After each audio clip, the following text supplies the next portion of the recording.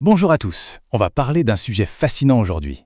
Imaginez un instant, une compétence, une sorte de super pouvoir, que moins de 1% de la population possède, mais qui a le potentiel de changer une vie du tout au tout.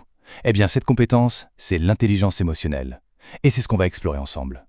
Alors, rentrons directement dans le vif du sujet avec cette question qui est au cœur de notre réflexion. Et si notre plus grande lutte devenait notre plus grande force? Si ce combat intérieur que tant de gens connaissent pour se comprendre, pour mettre des mots sur ce qu'on ressent, eh bien si ce n'était pas une faiblesse, mais plutôt la clé d'une force absolument exceptionnelle. Ok, alors tout part de là, de ce qu'on pourrait appeler la quête intérieure. Attention, on ne parle pas juste de réfléchir un peu dans son coin, non. C'est un vrai voyage, un périple au plus profond de soi. C'est un effort, un vrai travail, pour essayer de décoder le langage de nos émotions. Mais il faut être honnête, ce voyage, pour beaucoup, il est tout sauf simple. Il est souvent vu comme une épreuve, presque comme un fardeau qu'on doit porter, bien plus que comme une vocation, un appel à mieux se connaître. C'est une lutte, pas une aventure. Et c'est là que ça devient super intéressant. Parce que ce parcours, qui commence souvent dans la difficulté, eh bien il peut se transformer en quelque chose d'autre. Cette lutte personnelle peut déboucher sur la découverte d'une compétence. Une compétence incroyablement rare et d'une valeur qu'on n'aurait pas soupçonnée. C'est vraiment pendant ce processus, pendant cette quête, que quelque chose se construit. Petit à petit, une véritable expertise se forge. Et c'est cette compétence-là qui va placer les personnes qui la maîtrisent dans une toute autre catégorie.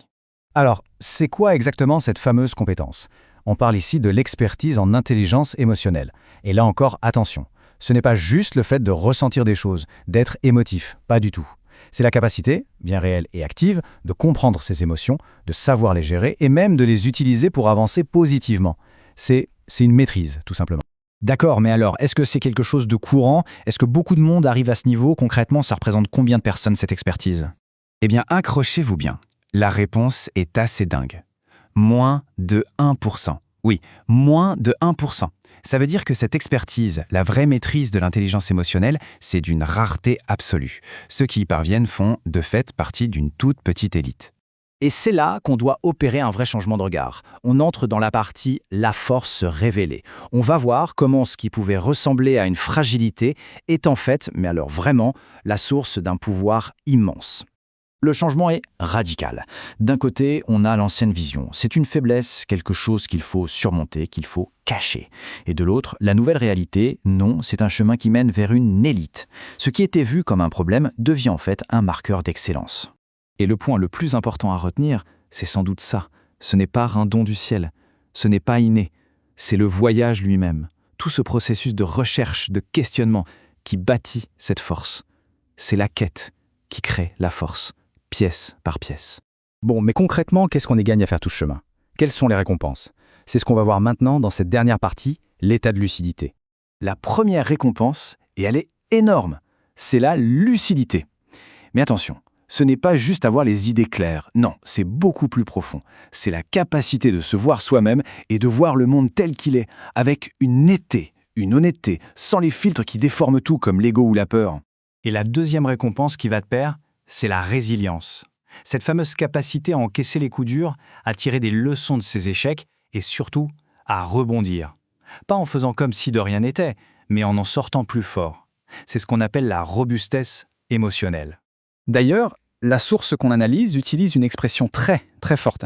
Elle parle d'un accès à une caste supérieure de lucidité et de résilience. Le mot caste est puissant, hein. Ça montre bien à quel point ces qualités placent la personne à un autre niveau de perception et d'expérience de la vie.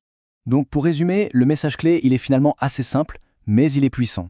Ce voyage intérieur, qu'on voit souvent comme une galère, un combat, ce n'est pas du tout une faiblesse. Au contraire, c'est littéralement le processus de fabrication des gens les plus lucides et les plus résilients. Ça redéfinit complètement ce que veut dire être fort. Et tout ça, ça nous amène à une dernière question pour la route. Si cette force si rare chez une seule personne, imaginez un peu la valeur pour nous tous en tant que société, si cette lucidité émotionnelle était plus répandue. Qu'est-ce que ça changerait? Voilà, c'est une pensée sur laquelle je vous laisse. Merci beaucoup d'avoir suivi cette analyse.